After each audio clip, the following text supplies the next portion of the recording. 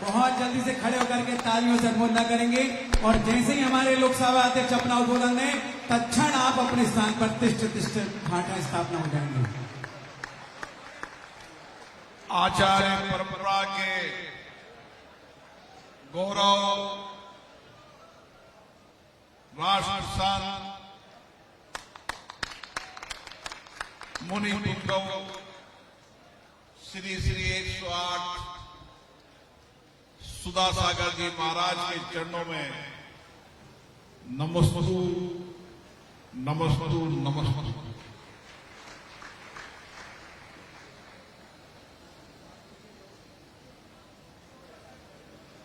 आचार्य श्री जहां भी जाते हैं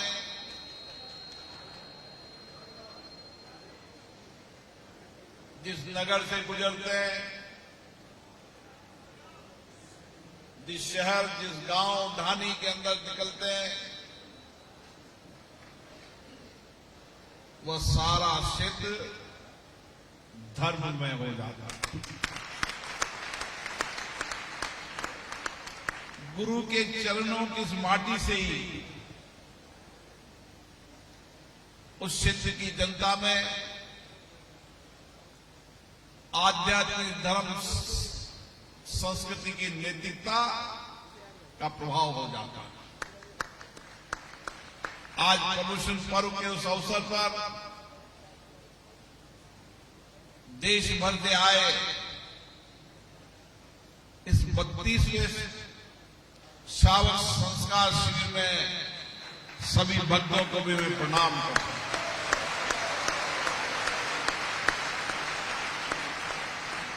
आप सबको सौभाग्य मिला है आचार्य जी के चरणों का, हमें भी सौभाग्य मिला है आचार्य जी के चरणों का। और जब भी हमें सौभाग्य मिलता है वो आचार्य की कृपा है जो हमें समय समय पर आप आशीर्वाद देते हैं, हमारा मार्गदर्शन करते हैं। और ये समय पर्युषण पर्व का तो विशेष महत्व का समय है। जैन समाज ने सृष्टि में रहने वाले हर व्यक्ति को पर्युषण पर्व के उस महत्व को समझना चाहिए। जब हमारे जीवन के अंदर हम नैतिकता लाए, क्षमा लाए, करुणा लाए और अपने जीवन के अंदर हमेशा सत्य अहिंसा करुणा का भाव रहे। और पर्युषण पर्व के 10 लक्षण अभी गुरुदेव आपको उत्तम आर्किटेक्ट धर्म के बारे में बता रहे थे। समभाव, सबके साथ एक जैसा भाव, हमेशा कल्याण का भाव। और हम सब यहां पर अपनी आत्मा का कल्याण के लिए, अपने आत्म विश्लेषण के लिए, आत्मचिंतन के लिए आए हैं। और आत्म विश्लेषण हो, आत्मचिंतन हो, आत्मशुद्धि हो, इससे बड़ा पर्व और इससे बड़ा समय कुछ नहीं हो सकता।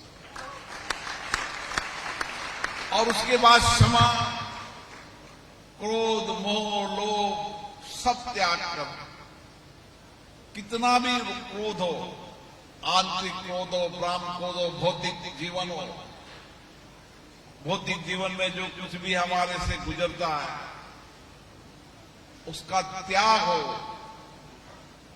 त्याग जीवन के हर संस्कार में हो और क्षमा जीवन में होगा, वो व्यक्ति ही गुरुओं के चरणों में होगा। और इसलिए भगवान महावीर के विचार आज देश नहीं, आज दुनिया के अंदर यथार्थ है। तीर्थंकर भगवान महावीर जी ने कहा था, सत्य, अहिंसा, शांति ही दुनिया का संदेश है। और आज दुनिया के अंदर अहिंसा और शांति ही दुनिया के लिए संदेश है। उस समय भगवान महावीर जी ने कहा, और उसी संदेश को भगवान देश और दुनिया में पहुंचाने का काम कर। आप यहां हजारों की तादाद में बैठे हैं, लेकिन गुरुदेव को तो लाखों लोग सुन रहे हैं, लाखों लोग समझ रहे हैं। और इसीलिए जैन दर्शन और जैन विचार ये जैन समाज के लिए नहीं। जैन दर्शन, जैन विचार इस धरती पर होने वाले मनुष्य हो या जीव हो, कितना बड़ा दर्शन था कि उन्होंने, मनुष्य ने उस जीव की भी चिंता की।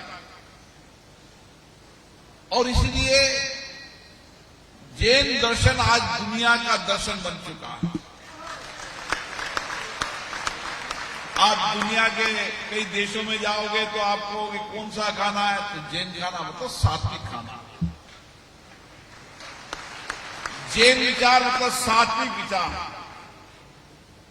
अपरिग्रह जो कुछ भी समाज का है वो सब समाज को समर्पित। तप, तपस्या, अहिंसा, ब्रह्मचर्य, हर गुण के अंदर शाश्वत संदेश है। और जब गुरुदेव का शाश्वत संदेश मिल जाए तो इससे बड़ा पुण्य कुछ हो नहीं सकता। मेरे पे तो व्यक्तिगत रूप से बहुत आशीर्वाद है, और उनका आशीर्वाद, उनका मार्गदर्शन, उनका ज्ञान मुझे हमेशा नई दिशा देता, नई प्रेरणा देता है। अभी भी गुरुदेव ने मुझे ज्ञान दिया कि जो दायित्व आपका है, वो दायित्व कैसा होना चाहिए, निष्पक्ष होना चाहिए, निर्वाध होना चाहिए, संभाव होना चाहिए।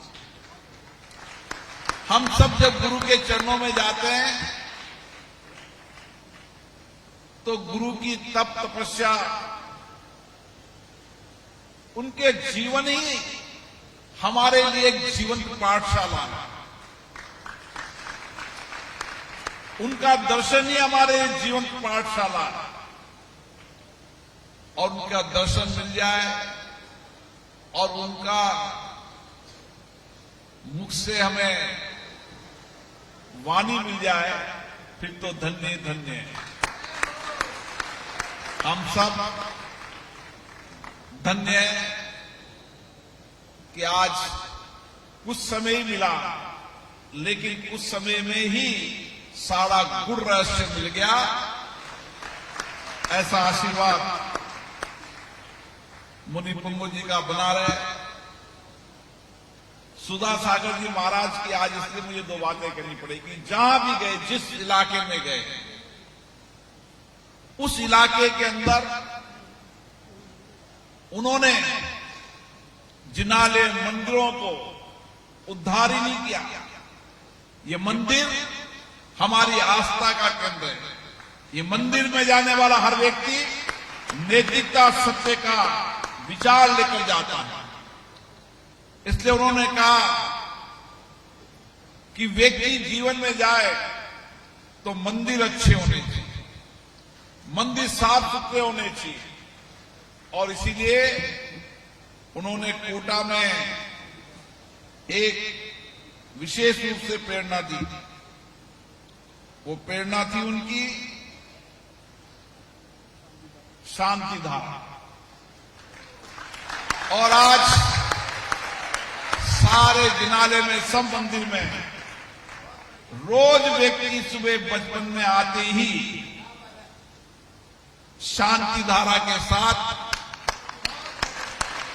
अपने नैतिक चरित्र के साथ, मेरा मानना है व्यक्ति के जीवन को अगर परिवर्तन करना है, व्यक्ति के जीवन में दिशा देनी, दृष्टिकोण देना है, तो उसको मंदिर जरूर जाना चाहिए। हर व्यक्ति, कोई भी धर्म का व्यक्ति हो, किसी भी धर्म का व्यक्ति जहां जिसकी आस्था है वहां जाए। ये आस्था के केंद्र हमको जीवन में नैतिकता, सत्य और हमेशा हमें प्रेरणा हो देते हैं। और इसीलिए गुरुदेव ने केवल मंदिर का निर्माण नहीं कराया। गुरुदेव जहां भी गए उन बेटे बेटियों के लिए अच्छे विद्यालय हो, कोटा में बालिका छात्रावास, जहां बालिकाएं जाती है तो उनको संस्कार मिलते, विचार मिलते, गौशालाएं, औषधालय,